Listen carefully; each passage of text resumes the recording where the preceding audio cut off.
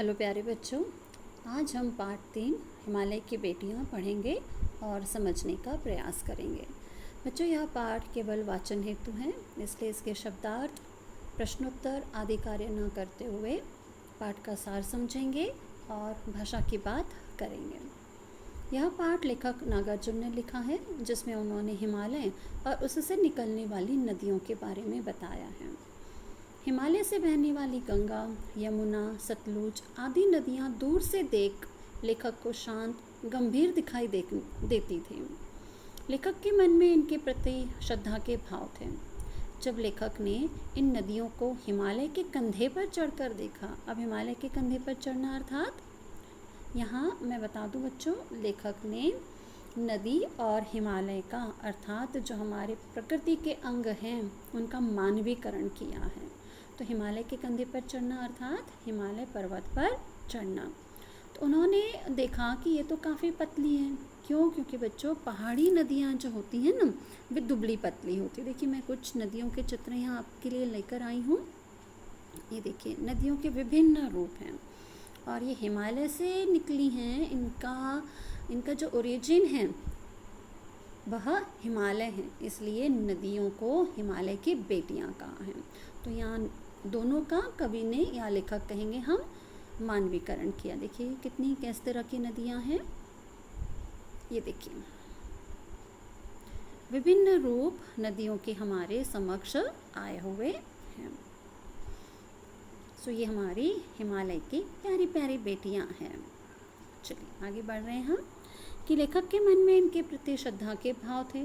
जब लेखक ने इन नदियों को हिमालय के कंधे पर चढ़कर देखा था तो उन्हें लगा कि ये तो काफ़ी पतली है, जो समतल मैदान में विशाल दिखाई देती हैं। नदियों का पहाड़ी रूप बच्चों पतला होता है, बड़ा चंचल भी होता है, लेकिन जैसे ही मैदानी और समतल भाग में वे आती हैं वह शांत हो जाती हैं और गंभीर हो जाती हैं और विशाल दिखाई देने लगती हैं। लेखक को हिमालय की इन बेटियों की बाल लीलाओं को देखकर आश्चर्य होता है। हिमालय की बेटियों की बाल लीला अर्थात जब वे हिमालय की गोद से निकलती हैं, बड़ी चंचल होती है, उछलती कूदती रहती है, इसलिए बाल लीला का है, क्योंकि ये बाल रूप है। हिमालय की इन बेटियों का न जाने कौन सा लक्ष्य है जो इस प्रकार से बेचैन होकर बह रही हैं। नदियाँ देखना बच्चों लगातार बहती चली जाती हैं, वे कहीं रुकती नहीं हैं। नदियाँ पर बर्फ़ की पहाड़ियों में, घाटियों में और चोटियों में लीलाएं करती हैं, अर्थात चंचल नदियाँ होती हैं। वे निरंतर कलकल की ध्वनि से बेखौफ होकर बहती रहती हैं। लेखक को लगता है देवदार, चीड़, सरसों, चिनार, ये सब बेटा जो जंगल के वृक्ष हैं उनका नाम है, आदि के जंगलों में पहुंचकर शायद इन नदियों को अपनी बीती बातें याद आती होंगी। बीती बातें अर्थात कि जब हम अपने पिता हिमालय की गोद में थी तो किस तरह से चंचलता से खेला करती थी, इन्हें कब याद आएगा? जब वे जंगलों से होकर बहेंगे। सिंधु और ब्रह्मपुत्र, दो महानदियाँ हिमालय से निकलकर समुद्र में मिल जाती हैं और इसीलिए लेखक को हिमालय को ससुर और समुद्र को उसका दामाद कहने में भी कोई हिचक या झिझक नहीं होती। कालिदास के यक्ष ने अपने मेघदूत से कहा था कि बेतवा नदी है वेत्रवती नदी को प्रेम का विनिमय यानी प्रतिदान देते जाना, जिससे पता चलता है कि कालिदास जैसे महान कवि को भी नदियों का सजीव रूप पसंद था। बच्चों, आप लोगों ने संस्कृत में कालिदास जो संस्कृत के महान कवि थे उनकी काव्य रचना पढ़ी होगी या उसका उल्लेख संस्कृत टीचर के माध्यम से पढ़ा होगा। और हमारे नागपुर में जो रामटेक है वहाँ कालिदास स्मारक है, जहाँ कालिदास द्वारा रचित मेघदूत को दीवारों पर लिखा गया है। यदि आपने देखा हो तो अच्छी बात है, और कभी आपको अवसर मिले तो अवश्य देखिएगा। उसमें मेघदूत अर्थात बादल को दूत बनाकर एक प्रेमी ने बहुत सारे मैसेज, जिसको हम कहते हैं ना, आजकल हम SMS के थ्रू मैसेज भेजते हैं, व्हाट्सएप के थ्रू, फेसबुक के थ्रू, ये हमारे मैसेंजर हैं।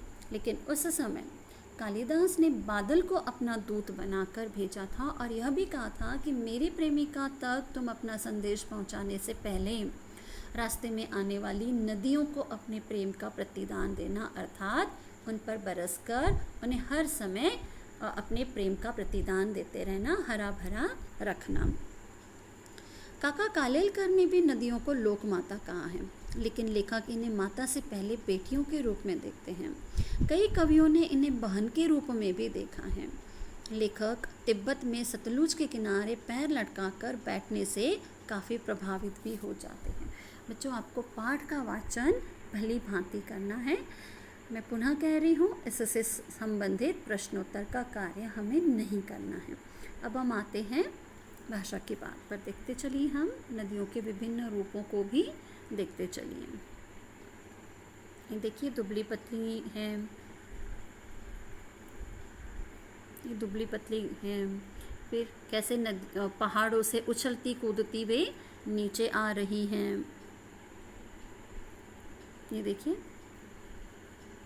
हम सब ने किसी न किसी रूप में नदी को देखा ही है। ये सब हिमालय की बेटियां हैं बच्चों। ये कितनी प्यार से बह रही हैं। ये है हिमालय, ठीक है। वहाँ से निकलती, पत्थरों को तोड़ती, आगे बढ़ती हुई निरंतर नदियाँ। बच्चों, अब हम भाषा की बात कर रहे हैं। पहला प्रश्न है, अपनी बात कहते हुए लेखक ने अनेक समानताएं प्रस्तुत की हैं और ऐसे तुलना से अर्थ अधिक स्पष्ट एवं सुंदर बन पड़ता है। उदाहरण है, संभ्रांत महिला की भांति वे प्रतीत होती थी। बच्चों, पाठ को आप पढ़ोगे तब आपको समझ में आ जाएगा। माँ और दादी, मौसी और मामी की गोद की तरह उनकी धारा में डुबकियाँ लगाया करता था। लेखक ने नदियों को हिमालय की बेटी तो कहा ही है, साथ ही साथ माँ कहा है, दादी कहा है, मौसी और मामी की गोद में जो एक ममत्व और स्नेह मिलता है, लेखक को नदियों में वही स्नेह मिलता है। अब अन्य पाठों से ऐसे 5 तुलनात्मक प्रयोग निकालकर कक्षा में सुनाइए और इसका प्रयोग कॉपी में करना है। अब कक्षा में तो हम सुना नहीं सकते हैं, तो इसलिए इसका प्रयोग हम कॉपी में करेंगे। पाठ से संबंधित ही हैं, पाठ हम या तो पढ़ चुके हैं या आगे पढ़ने वाले हैं। पहला है, लाल किरण सी चोंच खोल, चुगते तारक अनार के दाने। बच्चों, यह पाठ जो है हमारा हम पंछी उन्मुक्त गगन से हैं। फिर उन्होंने संदूक खोलकर एक चमकती सी चीज़ निकाली। यह पाठ दादी माँ से है। सागर की हिलोरों की भांति उसका यह मादक स्वर गली भर के मकानों में उस ओर तक लहराता हुआ पहुंचा और खिलौने वाला आगे बढ़ जाता है। यह पाठ हमारा अगला है, मिठाई वाला, जिसमें हम देखेंगे। इन्हें देखकर तो ऐसा लगता है मानो बहुत सी छोटी छोटी बालूशाही रख दी गई हो। यह पाठ रक्त और हमारा शरीर से है, मतलब यह जो वाक्य है पाठ रक्त और हमारा शरीर से है। फिर यह स्थिति चित्रा जैसी अभिमानिनी माजारी, वो माजोरी लिखा है जबकि है माजारी के लिए ही कही जाएगी। यह नीलकंठ पाठ से संबंधित वाक्य है। तो इन वाक्यों को बच्चों अभी आपको ऐसे के ऐसे, मतलब एज इट इज लिख लेना है। फिर प्रश्न 2 है, निर्जीव वस्तुओं को मानव संबंधी नाम देने से निर्जीव वस्तुएं भी मानो जीवित हो उठी हैं। लेखक ने इस पाठ में कई स्थानों पर ऐसे प्रयोग किए हैं, जैसे परंतु इस बार जब मैं हिमालय के कंधे पर चढ़ा तो वे कुछ और रूप में सामने थी। काका कालेलकर ने नदियों को लोक माता कहा है। तो पाठ में इसी तरह के उदाहरण खोजने हैं, जैसे है पहला, संभ्रांत महिला की भांति वे प्रतीत होती थी। फिर इनका उछलना और कूदना, खिलखिलाकर हंसते जाना, इनकी भावभंगी, यह उल्लास कहाँ गायब हो जाते हैं। ये सब नदी का मानवीकरण कवि ने किया है। फिर तीसरा है, माँ बाप की गोद में नंग धड़ंग होकर खेलने वाली इन बालिकाओं का रूप, अर्थात ये जो नदियों का जो बाल रूप है उसका वर्णन है। फिर चौथा है, पिता का विराट प्रेम पाकर भी यदि इनका मन अतृप्त है तो कौन होगा जो इनकी प्यास मिटा सकेगा। फिर है, बूढ़े हिमालय की गोद में बच्चियां बनकर ये कैसा खेला करती हैं। और अंतिम है, हिमालय को ससुर और समुद्र को उसका दामाद कहने में भी झिझक नहीं होती। बच्चों, इन 5 वाक्यों में कवि ने इन अंगों का, अर्थात नदी और हिमालय का मानवीकरण किया है, निर्जीव वस्तु में भी मानो जान से दाग दी है। अब प्रश्न 3 है, पिछली कक्षा में आपने विशेषण और उसके भेदों से परिचय प्राप्त किया है। बच्चों, कक्षा 6वीं में आपने किया है, कक्षा 7वीं में हम कुछ ही दिनों के बाद इसका ज्ञान और प्राप्त करेंगे। तो नीचे दिए गए विशेषण और विशेष्य का मिलान कीजिए, जोड़ी मिलाना है। तो यहाँ उत्तर दिया है, देखेंगे। संभ्रांत के साथ आएगा महिला, समतल आंगन, मूसलाधार वर्षा, चंचल नदियाँ और घना जंगल।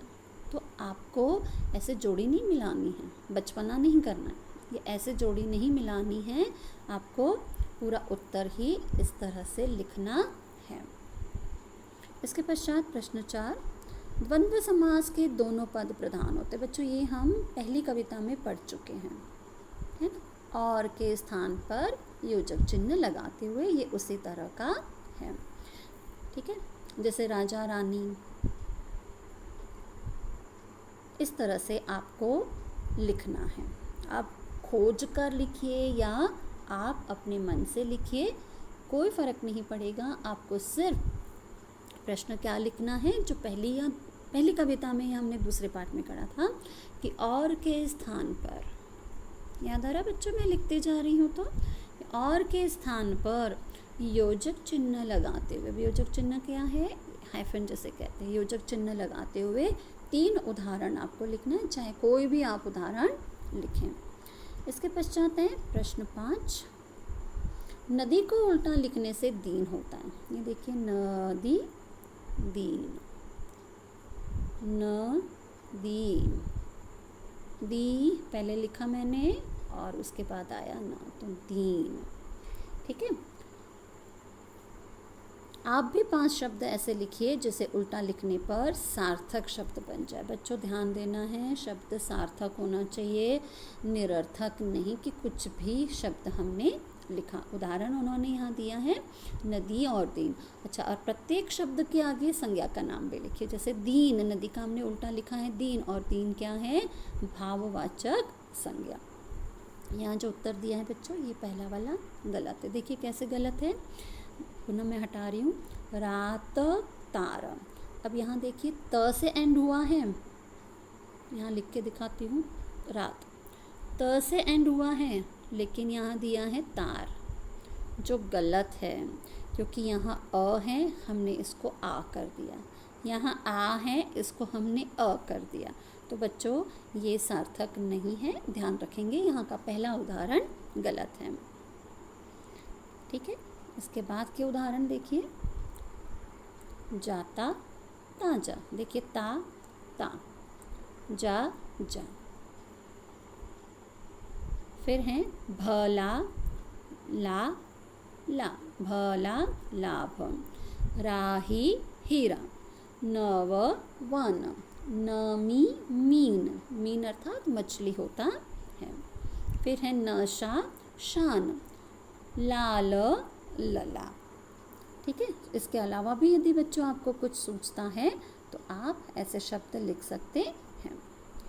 अब नेक्स्ट है प्रश्न 6, समय के साथ भाषा बदलती हैं, शब्द बदलते हैं और उनके रूप बदलते हैं। जैसे बेतवा नदी के नाम का दूसरा रूप है वेत्रवती। तो नीचे दिए गए शब्दों में से ढूंढकर इन नामों के अन्य रूप लिखिए। तो देखिए, सतलुज का अन्य रूप है बच्चों शतद्रुम, रोपड़ का है रूपपुर, झेलम का है वितस्था, चिनाब का है विपाशा, अजमेर का है अजय मेरू और बनारस का है वाराणसी। तो आपको बिल्कुल इसी तरह से उत्तर लिखना है। तो आप प्रश्न इतना भी लिखे तो चलेगा, नीचे दिए गए शब्दों में से ढूंढकर इन नामों के अन्य रूप लिखिए। इसके पश्चात है प्रश्न 7, उनके ख्याल में शायद ही यह बात आ सके कि बूढ़े हिमालय की गोद में बच्चियां बनकर ये कैसे खेला करती हैं। तो उपयुक्त पंक्ति में ही के प्रयोग की ओर ध्यान दीजिए। ही वाला वाक्य जो है नकारात्मक अर्थ दे रहा है, नेगेटिव अर्थ दे रहा है, इसलिए ही वाले वाक्य में कही गई बात को हम ऐसे भी कह सकते हैं कि उनके ख्याल में शायद यह बात न आ सके। इसी प्रकार नकारात्मक प्रश्नवाचक वाक्य कई बार नहीं के अर्थ में इस्तेमाल नहीं होते। जैसे महात्मा गांधी को कौन नहीं जानता, कौन नहीं जानता में इसका ये अर्थ नहीं आ रहा है कि कोई नहीं जानता। इसका अर्थ है कि महात्मा गांधी को सभी जानते हैं। तो दोनों प्रकार के वाक्यों के समान 3-3 उदाहरण सोचिए और उनका विश्लेषण कीजिए। तो यहाँ देखिए हैं कि बापू को कौन नहीं जानता, तो इसका विश्लेषण है बापू को हर कोई बापू को जानता है या बापू को सभी जानते हैं। उन्हें शायद ही इस घटना की जानकारी हो, शायद उन्हें इस घटना की जानकारी ना हो। वह शायद ही तुम्हें देख सके, वह शायद तुम्हें न देख सके। बच्चों यहाँ इसका उत्तर नहीं दिया है, ध्यान रखेंगे, ये उसका नहीं है। वह शायद ही तुम्हें देख सके का है कि वह शायद तुम्हें न देख सके। ठीक है, फिर है वे लोग शायद ही उधर खेले, तो वे लोग शायद इधर ना खेले। अब ये जो पहला है ना, इसका एक ही उदाहरण दिया, तो इसके 1-2 उदाहरण हम और लिख सकते हैं कि आज शाहरुख खान को कौन नहीं जानता। शाहरुख खान को तो हर कोई जानता है। ठीक है, तो इस तरह से आपको इसके उदाहरण लिखने हैं। तो बच्चों मैं पुनः कह रही हूँ, इस पाठ के प्रश्न उत्तर नहीं, केवल भाषा की बात है जो हमें यहाँ से शुरू करके अपने नोटबुक में लिखना है। इसमें कठिन शब्द भी आप नहीं लिखेंगे, शब्दार्थ भी नहीं, केवल पाठ का नाम लिखेंगे या पाठ का शीर्षक देंगे हिमालय की बेटियां, और सीधा आपको भाषा की बात से शुरू करना है। अगले पाठ में हम फिर से मिलेंगे, तब तक बच्चों थैंक यू।